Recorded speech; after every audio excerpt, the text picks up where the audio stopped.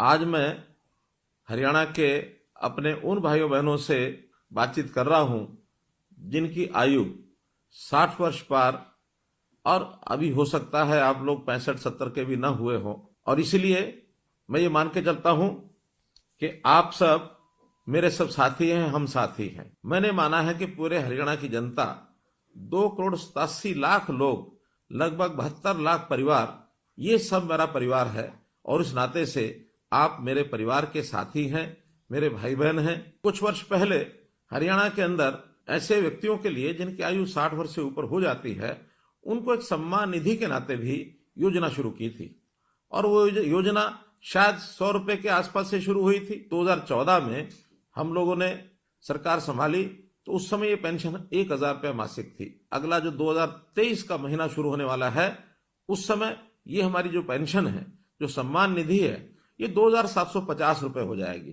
कहाँ 1,000 रुपया, कहाँ 2,750 रुपया। अब इस नाते से हम अपने प्रदेश के लगभग 18.5 लाख बुजुर्गों को ये हर महीने राशि पहुंचाते हैं। 460 करोड़ रुपए से ऊपर ये राशि हर महीने पहुंचती है। अब दो ही कंडीशन है किसी भी बुजुर्ग की वो पेंशन शुरू हो, या तो व्यक्ति 60 वर्ष का हो गया है और या फिर जो 60 वर्ष का हुआ है वो दोनों पति पत्नी की आय ये 2 लाख रुपए से कम होनी चाहिए। हमें लगा 2 लाख रुपया ये कम है, तो इस अगले महीने से हमने इस आय को भी बढ़ा करके 2 से 3 लाख रुपया कर दिया है। जिस महीने में 60 वर्ष का व्यक्ति हो जाए उसको तुरंत अगले महीने से अपने आप पेंशन शुरू हो जाए।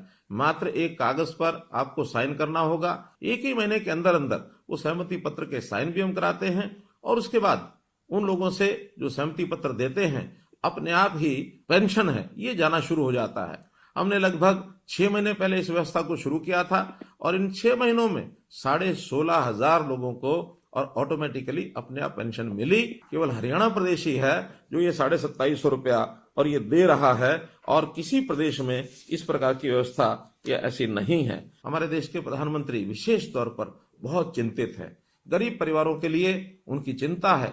इस नाते से उन्होंने हर गरीब परिवार के लिए 5 लाख रुपए तक का ये जो स्वास्थ्य बीमा है ये लागू कराया है आयुष्मान भारत के नाते। हमने उसमें अपनी एक योजना बनाई, चिरायु योजना, ताकि 1,80,000 रुपए तक की आय के जो परिवार हैं उन सबको इसका लाभ मिले, और इसमें 29 लाख से भी ज्यादा परिवार इसमें कवर हो रहे हैं। इस वर्ष के बजट में हमने इस आय को बढ़ा करके 3 लाख रुपया प्रति परिवार ये आय रख करके और थोड़े से पैसे लेकर, थोड़े पैसे यानी 125 रुपया महीना अर्थात 1,500 रुपया साल, इतना पैसा लेकर के भी उनकी जो स्वास्थ्य बीमा योजना उनको भी इसको ऑफर किया है ताकि वो इसको ले सके और परिवार के इस खर्च को बचा सके।